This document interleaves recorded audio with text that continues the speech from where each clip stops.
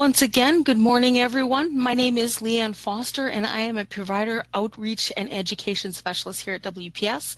And I'd like to welcome you all to the first in our two-part series on observation and inpatient services. Now, I did mention this is the first in a two-part series.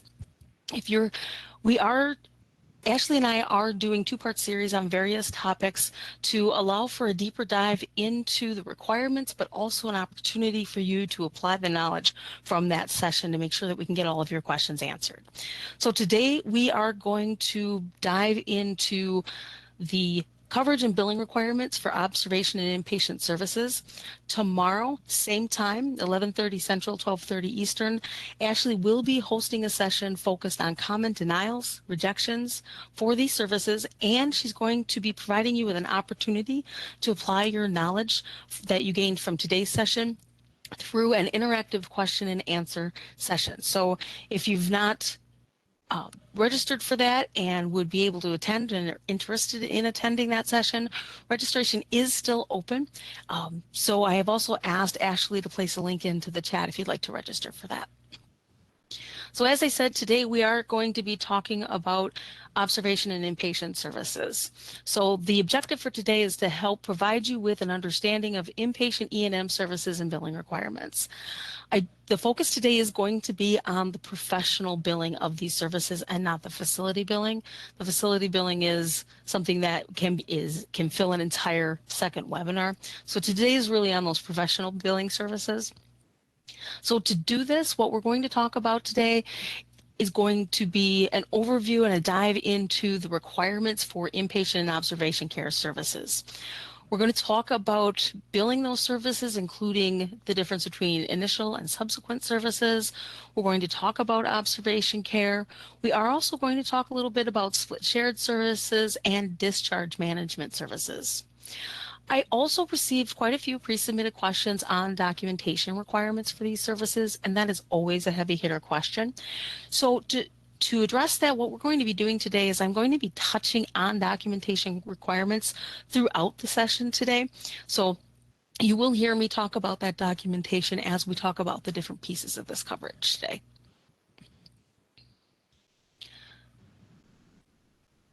So we will start with our overview of observation and inpatient services. First and foremost, and if you've attended any of our sessions, you know that we talk about this a lot, but it's medical necessity. So the first determinant in coverage for any of our services is whether or not the service is medically necessary for the patient. That medical necessity is outlined in the Social Security Act of 1935, Section 1862. And if that's something that you're interested in taking a deeper look into, I have included a link to that today, but I'm not going to be going through the entire Social Security Act with you today.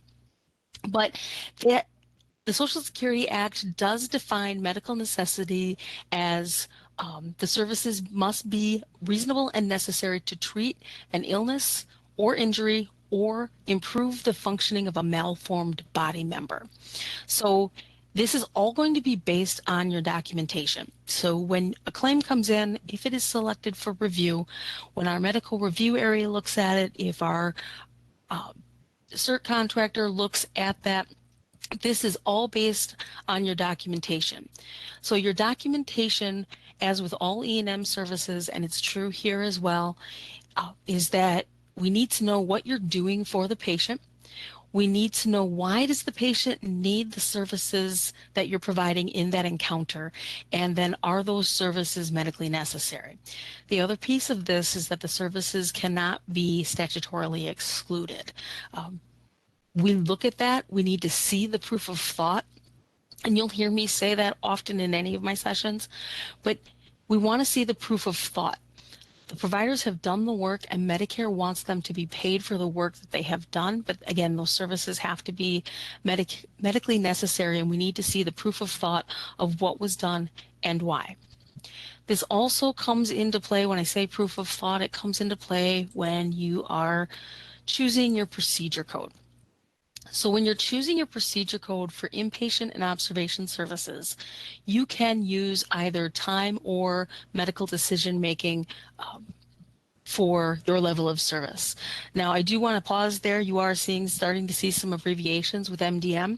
I do want to call out those abbreviations are included in the training material today. However, instead of a separate slide, what we're doing is we're putting those into the notes. So if you're seeing those abbreviations and looking for that definition, that is there. So again, back to the inpatient observation services, their level of service can be selected based off of time or MDM. You're going to want to choose the one that is going to be most advantageous to you, that best represents the service level that was provided to the patient. And this is something that you will need to determine what makes the most sense. You're not required to always use time on everything that you bill or always use MDM on everything that you bill. This is something that can vary based on the needs of the patient. You can bill time for one patient or MDM for another patient. What makes the most sense for that encounter? We've also seen where some practices will set a standard for their business. That is something that is within your purview to do. However, just know that with inpatient and observation services, you can select it based off of time or MDM. So what does this mean? If you're using time, it is the entire time that you are providing services and performing medical management for that patient. This includes face-to-face services. This is when you are in with the patient, providing care actively. This could be non-face-to-face services. An example of that could be where you're documenting the encounter, maybe you're reviewing test results, maybe you're preparing for the encounter, whatever that happens to be. CMS does outline qualifying services. And while we're not going to go into that piece of it, along with some of the portions of MDM, we do have an encore presentation on choosing your level of service, and Ashley and I are going to be offering one this spring. I'm asking Ashley to put the link for that choosing your level of service encore presentation. I'll take a little deeper dive into this into the chat for you. Also with time, if you are using time, you could potentially use prolonged care codes. And we're going to talk about that a couple of times today, and we will go into that in a little bit more detail towards the end of the presentation. But if you're using time, you can potentially also bill prolonged care codes. Now, MDM is that medical decision making. So it's based on three things. It's based on problem, data, and risk. Problem is where you're going to document what you're addressing for the patient on the date of the encounter. It may or may not be the diagnosis that the patient has, but what problems are you addressing for the patient on that day? That needs to be represented in that documentation. Data is going to be the unique tests or unique resources or the conversations that have been had for that encounter to make the medical decisions for that patient. Risk is going to be about the risk of that medical decision making, that medical management. What is the risk to the patient from the decisions that were made in that encounter? Could also be the risk of their condition. Regardless of which level or which method you use, time or MDM, you do need to make sure that the documentation is going to support the code that is billed. Like I said, there is more to this, and it goes, that encore that I mentioned does go through examples of problem, data, and risk and how to count those. We did get a few pre-submitted question, or a couple of questions that I want to go through. One question is how to count data for inpatient, such as labs. Is it considered individual or one unique source? So without going too far into this, the answer to that is when you're counting labs, each unique test is counted once, regardless of how many individual tests are done. And that unique test is defined by CPT code. And this is something you want to watch when you're maybe running a single test and a lab panel that includes that test. It's based on that CPT code. Also, you want to keep in mind unique source. Unique source is defined as a physician or other qualified health practitioner that is in a distinct group or different specialty or a different entity. And you would review all of the materials from that unique source and count those as one. The other question that we got that I think is important to call out here kind of goes into problem. The question that we have is suicidal ideation or attempt enough to bill 99233, which we'll go into, but that is the highest level for that inpatient service. I want to be clear that the MDM is not based simply on the diagnosis. The documentation has to support the level of care or the level selected.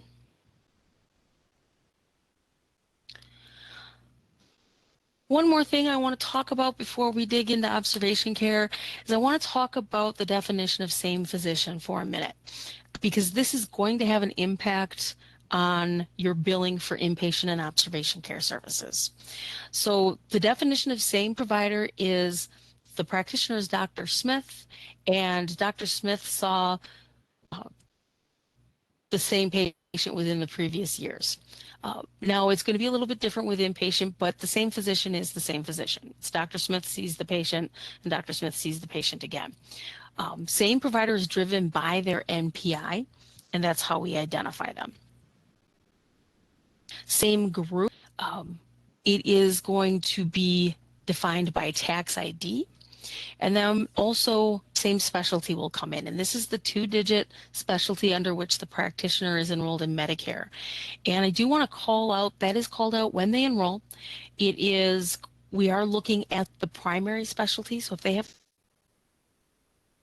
secondary specialty, we adjudicate claims off of. So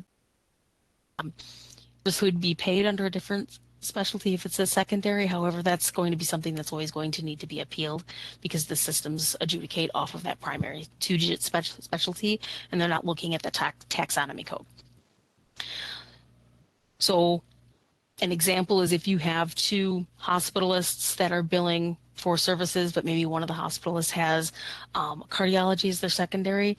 If they both come in at the same time, one is going to get denied. It's going to look like same physician. But that cardiologist, if they were seeing the patient under cardiology, could appeal with documentation supporting that they were seeing them as that cardiologist. Okay, so that brings us to observation care. Now we're starting with observation care because that's typically going to happen before the inpatient services, so it's a progression. So observation care is a well-defined set of specific and clinically appropriate services. And this could include ongoing but short-term treatment. It typically is short-term treatment. Typically it's not more than 48 hours. It might be, it's usually less than 24 hours, so it's not something long-term. It's also going to be patient monitoring that's including the assessment and reassessment of that patient's condition. So observation care services are typically furnished as part of determining if the patient requires further treatment or if they can be discharged from the hospital. So the progression is usually discharge or they're being admitted as inpatient, which we will talk about. Often these are going to be services that are provided to patients who presented to the emergency room. That is the most common thing that we do. And the provider is determining, again, whether the patients should be admitted, whether they can be discharged. The patient doesn't necessarily have to stay in the ER for this or a space designated for observation care. They could, but it really does depend. It's their status. They're going to be in an observation status. So example of something that could happen in observation, they could be there for treatment. Maybe you have a patient that is severely dehydrated and we're giving them IV fluids and seeing if their condition improves. Now, one thing, if it is someone coming into the emergency room and the observation documentation are going to be documented separately.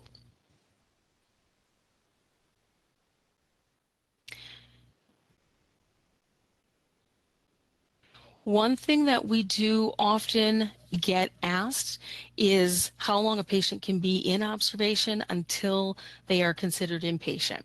The answer to this is they'll never automatically go from observation to inpatient. We do require an order to change their status, say if they're coming in through the emergency room to observation, but then we're also going to need to have them admitted to inpatient. It's not going to be they've been there for 48 hours, they're now inpatient. There does need to be that progression. There does need to be that documentation that that status has changed. They will not automatically move to inpatient after being in observation for a certain period of time.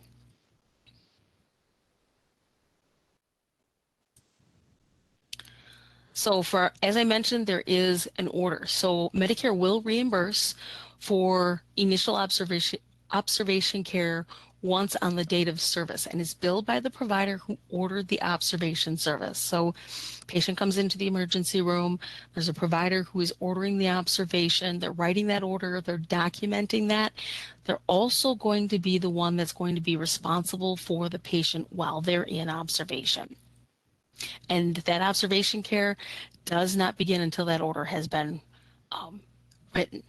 So a couple of things. Those orders in that documentation, they do need to be timed and dated. And the provider that is ordering that is responsible for that patient's care, as I said, but they also need to be listed in the documentation, the hospital, the facility records. We need to have that on file. So that's a big first piece of documentation we're looking for. The orders, that time piece is super important because that's when the facility can really start billing for observation care. It's based on the time of that order, and then that's the start of those orders being implemented. The orders do need to include what treatment or monitoring is going to be completed for the patient while they are in observation. So the example that I gave is you have a patient that is extremely dehydrated and they need an IV. That would need to be in the documentation. And then also say the patient needs to be reevaluated every 30 minutes. That is part of that care plan. That is what is happening. Those are those instructions, and that needs to be there. They should also include any nursing instructions. Again, that could be the reevaluation. It could be other care. It just depends on that patient. So when billing for that, the ordering physician will bill the observation and inpatient care codes. And what you're going to notice is we're using those same codes for both initial and subsequent visits, but they're going to be billing those codes. The difference here is going to be with that observation, it's only going to be the one that can bill it. And they are going to need to submit with an AI modifier. And I want to take you out to our website. And I'm going to take you to our modifier fact sheet for AI. So if you'd like more information on that AI modifier, this is specific to those inpatient hospital services. And basically that AI is identifying that admitting or ordering physician. They are going to be that principal physician of record that is in the documentation. Anyone else who's billing for any inpatient services is not going to utilize this AI. This is for that primary principal physician of record.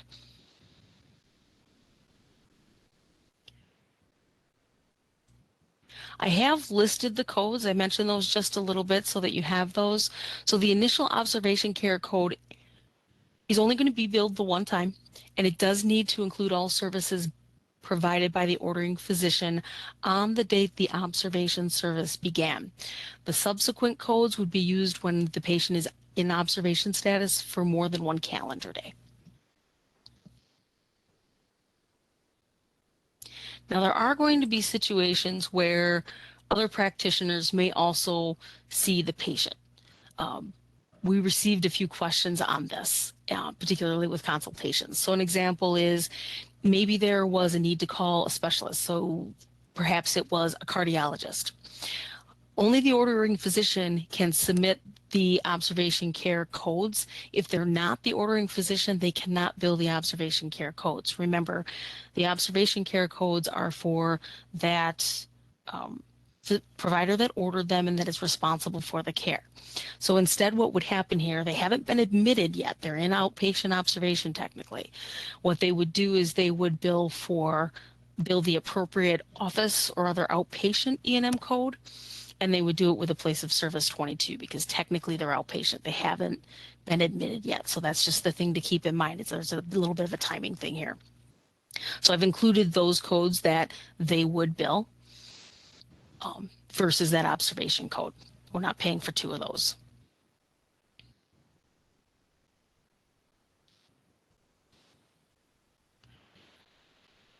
Next, we're going to talk about when a patient is admitted after observation. So this is the progression, right?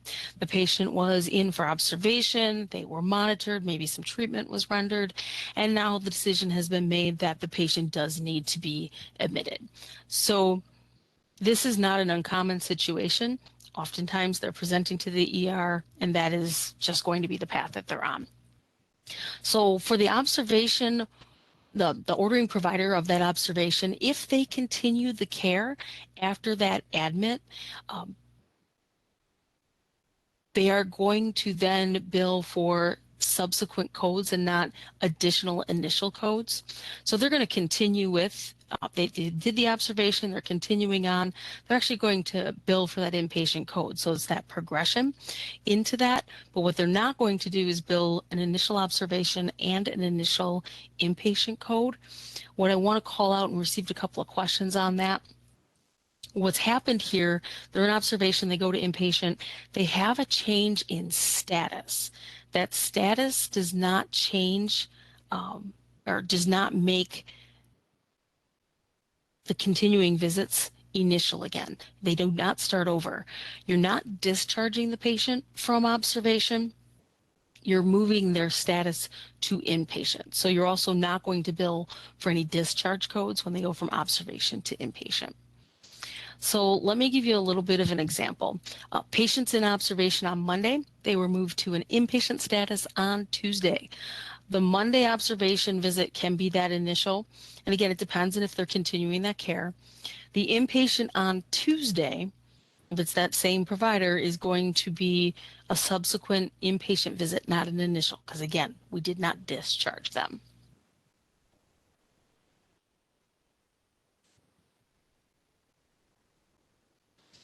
So then we get to the point where we are at hospital care codes. So the initial codes are for the first time that you see the patient during that admission or stay.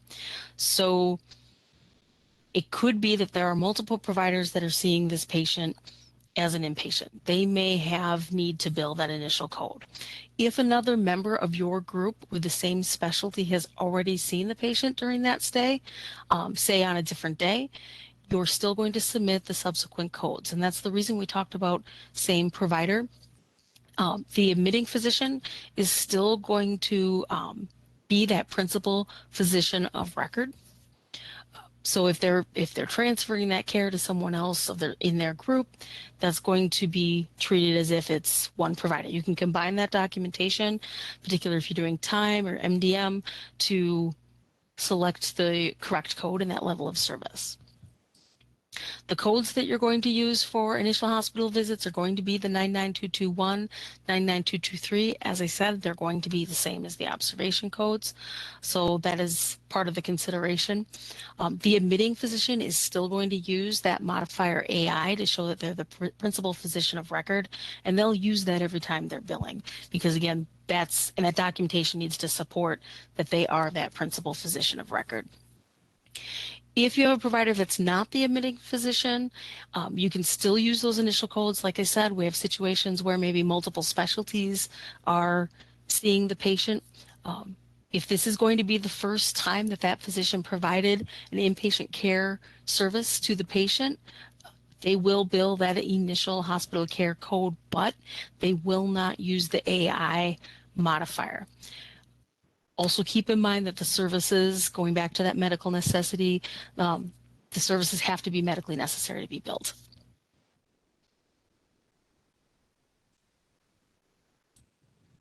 That brings us to subsequent care. These are the codes that are used following that initial service. So every time that patient is seen or a service is rendered on a different day, that's going to be a subsequent care code. Again, change in status, and you'll hear me say this a lot, does not change a patient that you've already seen to an initial. You saw them, the example I gave was that initial observation, they're now admitted, it's now a subsequent service. They didn't discharge from observation. Documentation here must stand alone, so the patient has to, this means that the doctor has to document what's happening for that patient today, not what caused the inpatient stay. Now that might be in there, but we need to know what's happening today, and it's key to telling us what's happening with that patient. One question that we do get is about clone documentation from a previous visit. That is not something that CMS prohibits. However, it is something you have to use with caution. We do see where that can cause errors because it's not modified then to accurately reflect what happened today. So keep that in mind.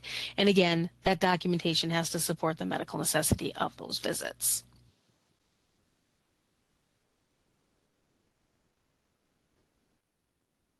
Sorry, my slide didn't want to move there. So next we're going to take a closer look at other billing requirements. We're going to talk about discharge management here. We'll talk about discharge, admit and discharge on the same day. We're going to talk about prolonged care services, split shared service, and telehealth. First, I do want to call out, and I've mentioned this a little bit, but initial and subsequent inpatient services are a per day or per diem service. So this means Medicare is going to pay for one service by the practitioner per day per patient. So that means you can only bill one per day per physician, or those physicians of the same group. And we've talked about that same physician piece a little bit. If you have that situation where multiple physicians from the same group on the same specialty, you can combine that documentation. I did mention that a little bit. And I'm stressing it because this is important. It impacts the procedure code, especially, if you're doing time, you want to make sure that you're counting all of the time. You did the work, we want to reimburse for that service. You want to make sure that you're selecting the code that encompasses all of that time that was spent on managing the patient's care. Same thing with the MDM. You want to make sure that that proof of thought, that problem, data, and risk, everything that went into that patient's care is included.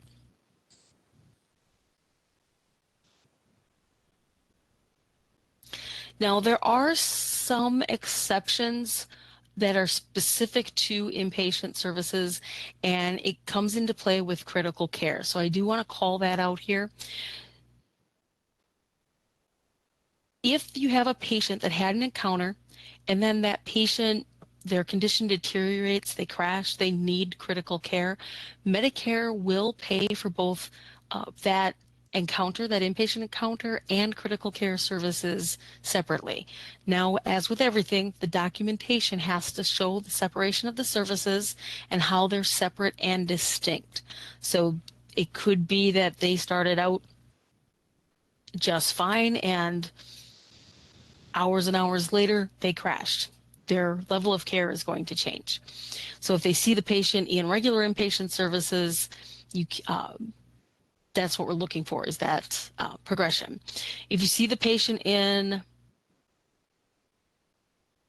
critical care and then that patient is released from critical care because their condition improves, that's a little bit different. It doesn't go that other way. You're not going to bill the critical care and that regular encounter. It's really all kind of part of that critical care in that situation. Again, these are happening on the same day. Also want to call out, if you have that situation where they're stable and then they need critical care and you're billing both, you will want to use that modifier 25 on the critical care.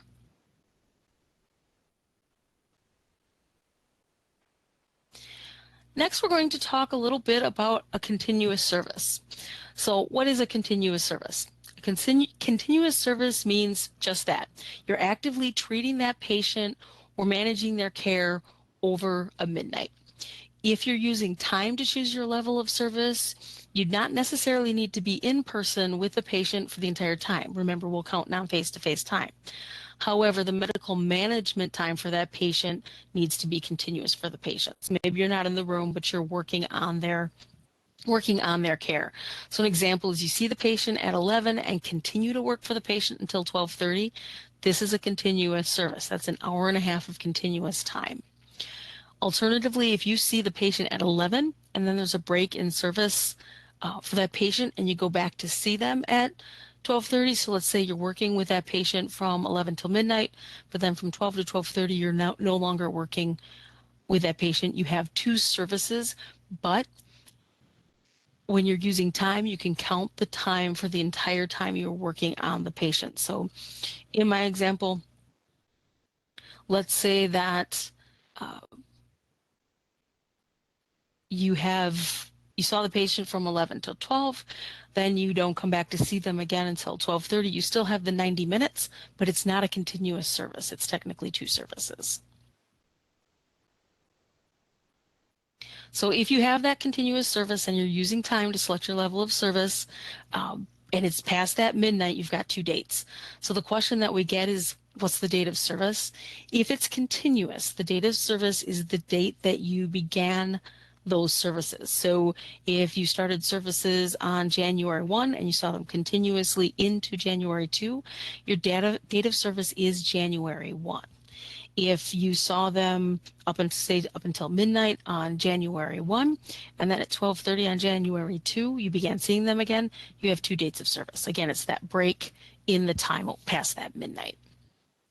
Also, again, I want to call out that if you're using time, there's prolonged care, the possibility of using prolonged care if you meet the requirements for it. Now, conversely, if you're using MDM, you must be actively treating and making decisions for that patient. Same thing here, though. If the care stops, then you would use your documentation to choose your level of service.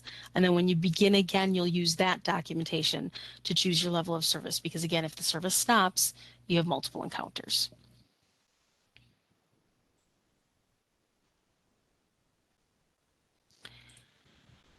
So as I mentioned, there are going to be times where there might be a procedure on the same day. Uh, elements, I think the key thing here is to remember that there are elements of E&M included in surgical procedures when they have a global surgery period. So it's not automatically you always bill an E&M with a procedure. That global period is based off of the Medicare physician fee schedule and their relative value file, also known as the Medicare coverage database. So you'll want to go into that and look for it based on the procedure code. So you want to look at that code to determine if there's a global period in there, and if it identifies whether or not a modifier could be used to receive a separate payment for a distinct and separately identifiable E&M or something that's a significant amount of work. Now, we're not going to go into these modifiers super in depth. I have provided the definitions for you here. Modifier 24 is an unrelated service that is during that global period. So you want to see if what's being provided would be performed if that patient had not had that surgery. So for example, an injection in the surgical wound. But for the surgery, they would not have had the infection. Maybe you're doing that injection for an infection. So is the E&M providing a service that's normally considered part of that procedure, or is it something different? Modifier 25 is that significant and separately identifiable service. And then modifier 57 is that decision for major surgery. And again, as with everything, the documentation needs to support the use of those modifiers along with those codes. And like I said, I'm not going in depth into procedures on the same day. This is very much a shortened highlight of these codes. However, in December, a member of our clinical team, Mary Sue Gardner, and myself did provide an in-depth webinar that goes into procedures on the same day as another E&M services on the same day as a procedure. And it does include some case studies of documentation and what we're looking for, and it shows examples of what supports the modifier or the separate billing of a separate E&M and what does not. So that is in the chat for you. If you are interested in that, that's available to you. So we've talked about multiple physicians a couple of times. This is going to encompass a patient when they have a situation where multiple physicians are providing distinct medically necessary services in their inpatient treatment. Maybe it's a separate problem. Maybe you have a patient that came in for, they had a heart attack, and now we're also treating their diabetes. It's not why they came in, but it needs to be managed. So that could be a different problem. It's also going to be a situation where there's probably a different specialty, and the physicians are not meeting the Medicare definition of the same physician. In this case, each physician involved must document that the care that they provide to the patient. So it's not all going to be lumped into one. We need to, and if it is, we need to make sure we know which provider is providing which service. It's kind of the same example that we give with that modifier 25. You look at one physician, here's their documentation, you take that out of the documentation, does the other physician have the documentation to support their service? So make sure that that is there. An example, I gave the one about they came in for a heart attack and this cardiology. That is another example would be where that hospitalists and cardiologists are actively treating all of the patient's conditions. A bad example would be a hospitalist that's seeing the patient, but there's no medical reason. Again, that medical necessity is going to come into play.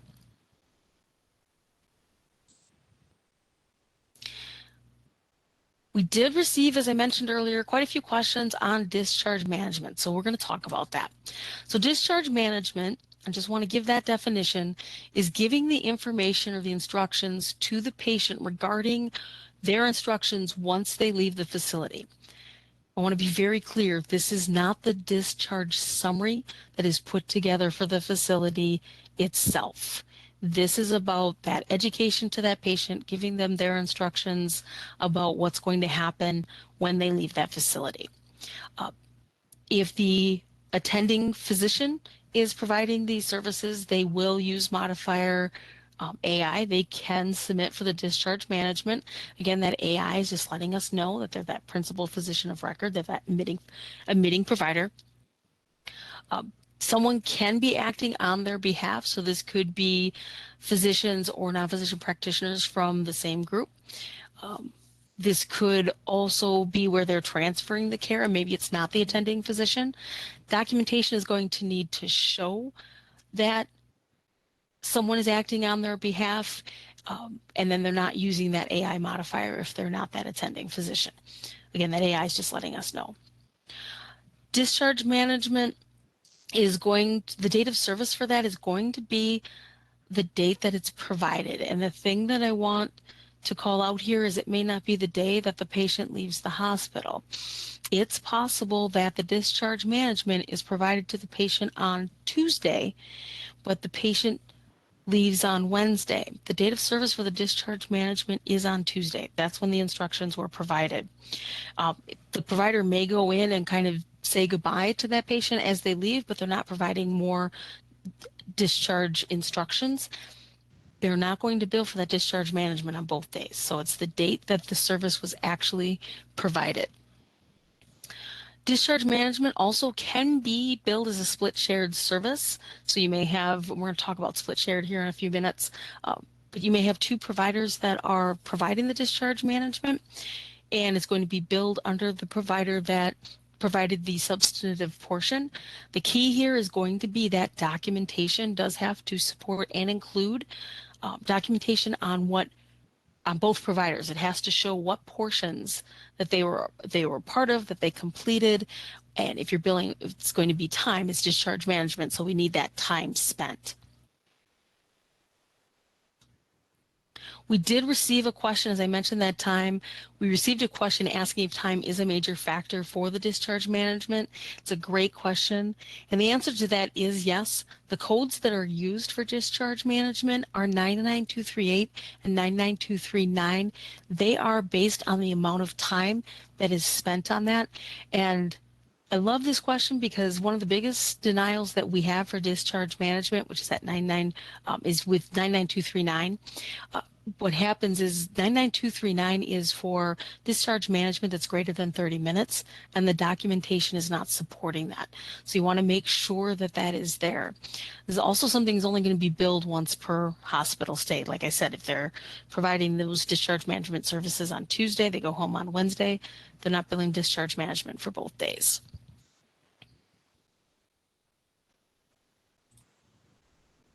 Now, one thing that can get confusing is admission and discharge on the same day.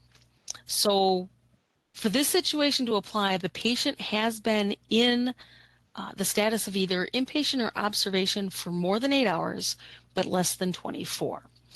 The more than 8 hours, but less than 24 part is important because it is going to determine the procedure code. The billing, also the billing practitioner has performed both the initial and the discharge services. So there's one provider that is admitting them and discharging them on the same day. So because the patient has been there for more than 8 but less than 24 hours, there are different procedure codes that are used. And in these situations, these codes, you have the choice between time and MDM, and that's different from discharge management codes. Discharge management codes, where it's just the discharge, is time-based. When it's admission and discharge, because it's encompassing the observation or inpatient services and the discharge, they are different codes. So here's an example. You have a patient that's admitted on 1/1, but the practitioner does not see the patient on that day. They see the patient the following day, which is 1/2. They discharge the patient. So this is a situation we see often. You can't submit charges if you do not see the patient. So here, I didn't see the patient on 1/1. You'd not have a service for 1/1. But you would have the discharge. That would not be an example of admit and discharge. One thing I do want to show you, and we have some examples here, but CMS does have a resource, and this resource is included in your training materials today. It's the Evaluation and Management Services Guide, and if you go to page 14, so I don't scroll, this will actually show you how you can bill these services. So there's going to be times where you can bill one code or the other, or you can bill both codes. So here you're going to see if they were discharged on the same calendar date as their admission or started that observation. If it's less than 8 hours, they can bill the hospital services only. They're not also billing for that discharge. If it's 8 hours or more, they can bill the admission and discharge codes. So they're using different codes here. This is super helpful. This is also available in the Medicare Claims Processing Manual, Chapter 12, and I have a link to that information in your training materials as well today. So here we have some examples. For the sake of time, I want to make sure I get to some questions. I'm not going to run through each one of these examples, but what you see here are examples of admit dates and admit times and discharges, and then which procedure codes that you would use to try and just give you some real world examples of those.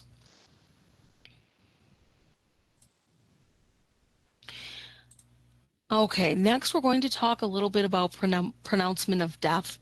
You would use discharge management code, so that's going to be that 99238 or 99239 for pronouncement of death. So same codes. The date of service is going to be the date that the pronouncement is made, and it's going to be billed by the individual that is personally making the pronouncement. So if you have nursing staff that's making that pronouncement, the provider is not going to be billing for this. It has to be the personnel that pronounced that. And when you're using the discharge management services, again, it is the time. It's that 99238 for the first 30 minutes and 99329 for over 30 minutes.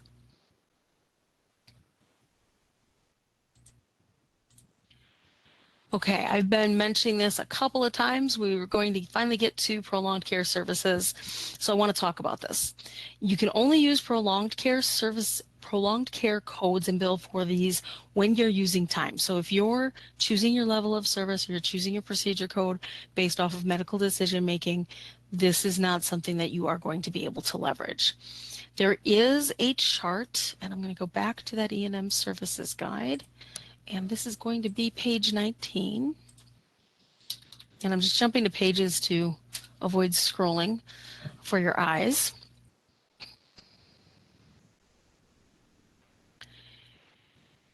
Oh, I think I even have the wrong one. Nope, this is the right one.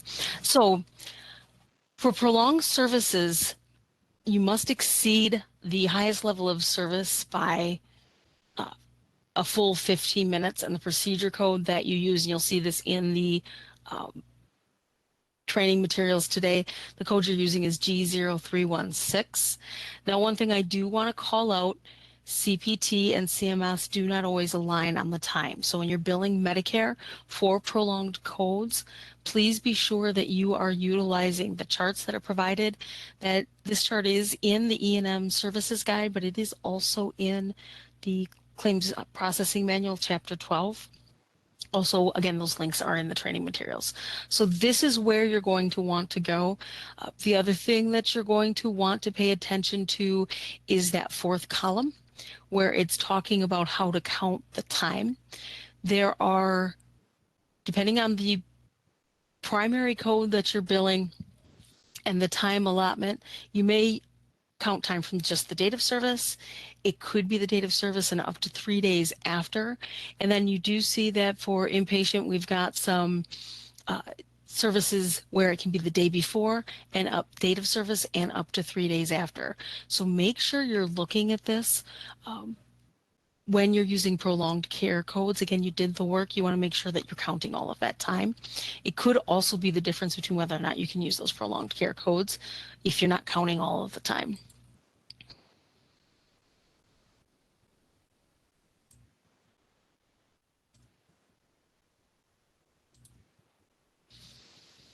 I've mentioned this a few times, but it does bear repeating just to make sure that we're clear, because this is where overpayments often come from. So what happens is your original claim was for inpatient, and then the facility or the status changes, and you you might need to change your place of service code. So you want to make sure that you're paying attention to that. For example, you order inpatient care, the perhaps the hospital compliance department disagreed and they moved the patient back to outpatient status. You want to make sure that you're using the appropriate place of service, whether that's 21 or 22, based on the patient's status. So make sure you're clear on that, and make sure that the code that you're billing matches up with the status. An inpatient code with a place of service of 22, that is going to be all sorts of confusing to our systems, and it's going to either reject or deny that code. So make sure that you're paying attention to that.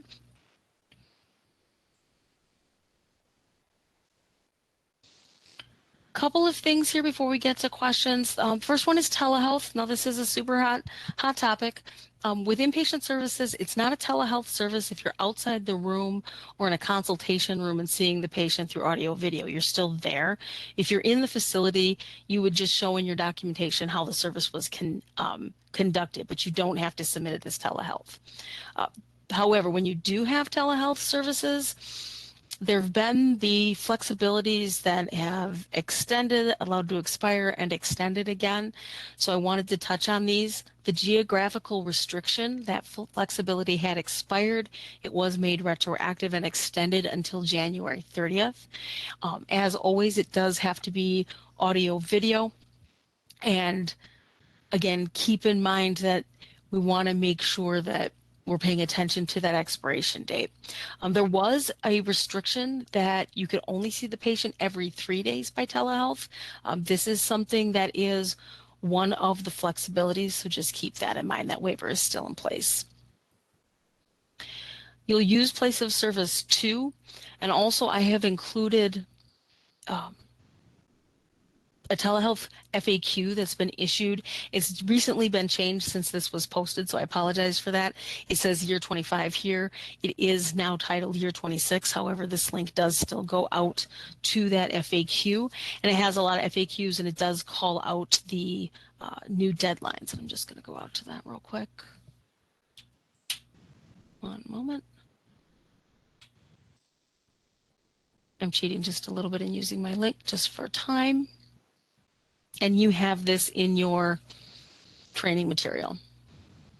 So here is the year 26, and you'll see that it does call out any of the flexibilities that have been extended through that. Now, we do not know, we do not have any information from CMS what's going to happen on after January 30th. However, we are monitoring that, and we and CMS will be sending out communications as we get more information on that and how we're going to proceed. Also, Ashley and I have already slotted another two-part series for the end of February, specific to telehealth in preparation for that to expire or to continue, and we'll include any updates that we have in that. Registration's not live yet, but should be live soon.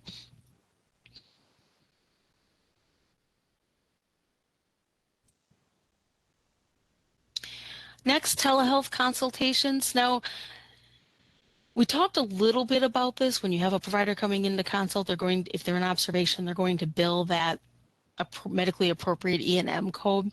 With telehealth, it's just a little bit different. So if you have a telehealth consultation, it can be, the documentation has to show that there was a request for a consult, that there was an encounter, that there was a report from that consult, and then also how is that information being used? And again, it's happening through telehealth. So it has to be very clear this was a telehealth consultation. There are different codes for this instance. This is where it's that exception. And you'll see here that I have those G codes there for you. You are going to use place of service too, because this is going to be a telehealth consultation. And before we get into questions, we are running a little shy on time, y'all, so I may only be able to answer a couple. I know Ashley's been answering some questions in the chat for you, but rest assured we will get those questions answered for you. The last thing I want to talk about before I get there, though, is split shared services. So this is going to be a provider that is where you have multiple providers that are in the same group, and the definition is not the CMS definition. This is a definition that's defined by the group. There's usually some type of agreement between that's establishing that group. What's going to happen is both practitioners are going to provide the services, and they are going to document the portions that they did, the time that they spent. Both of those practitioners have to be enrolled in Medicare because they both have to be able to bill for the service. The service will be billed by the provider that provided what is considered to be the substantive portion. And what that is defined as is more than 50% of the time, or the history and exam of that, or that MDM for that encounter. So it's going to come down to that documentation. When they bill, they are going to bill with that FS modifier. We do have an encore presentation that Ashley and I did in the fall that is specific to split shared services. So if you'd like more information on that, that is available on our YouTube page. And here I just have some resources for you today. Again, these are the resources that we have been talking through today. I was able to, your slide's going to look a little different than mine. I do have the telehealth FAQ for 2026 on this slide so that you will have that. All right. With that, I am looking at the time, and unfortunately, I do want to be respectful. We are very short on time, and I do want to be respectful of everybody's time. I believe Ashley's been answering questions there. So thank you for that, Ashley. And again, I will be sending out a follow-up document with any questions and answers that did not get responded to today. So in a few minutes, you are going to receive an email that's thanking you for attending. And I don't want you to delete that without looking at that. If you're attending today for continuing education credits, that is going to be your certificate of achievement that can be submitted to your various accreditation and certification bodies to count towards those continuing education credits. If you didn't get that, one of two things happen, and I can take, it's just that either you're attended by phone or something is going to your junk or spam folder, and we can't systematically confirm your attendance. So Ashley's going to put a link to our education mailbox in the chat, and if you send an email to that, put inpatient services or the full title of today and let me know the phone number that you attended from today. That'll allow me to confirm your attendance and get you a certificate out to you so that you have that. Also, we will be taking questions for the next 7 days. So that same education mailbox can be used to submit questions again with the title of today in the subject line. And that will allow the individuals watching that know that those questions need to get to myself and Ashley so that we can get those answers out to you. Also, you're going to have the opportunity to provide us with some feedback. We would love to hear from you on what we did well today, if this was helpful, what we could do to make it more helpful, and what we can do to support you in the future. We want to be able to tailor our educational events to your needs. So I want to thank you in advance for taking some time to provide us with a little bit of feedback today. Couple of ways you can take that. There's going to be a link in that email. Ashley's putting a link in the chat for you, and also you're going to get a redirect when you leave this session. That is not spam, that is not malicious, that's not taking you anywhere you don't want to go. It's just letting you know that you're leaving our webinar software and going into our Qualtrics survey software, CMS's software. With that, that concludes our session today. On behalf of myself, Ashley, and everyone on the Provider Outreach and Education team here at WPS, I'd like to thank you for your time attending today. I know everybody's super busy, and this can be kind of hard time to carve out, so we appreciate that. We look forward to your survey comments, and again, please feel free to provide us with any topics that you'd like to see us cover in the new year. And with that, you may now disconnect. Have a great day, and we hope to see you soon.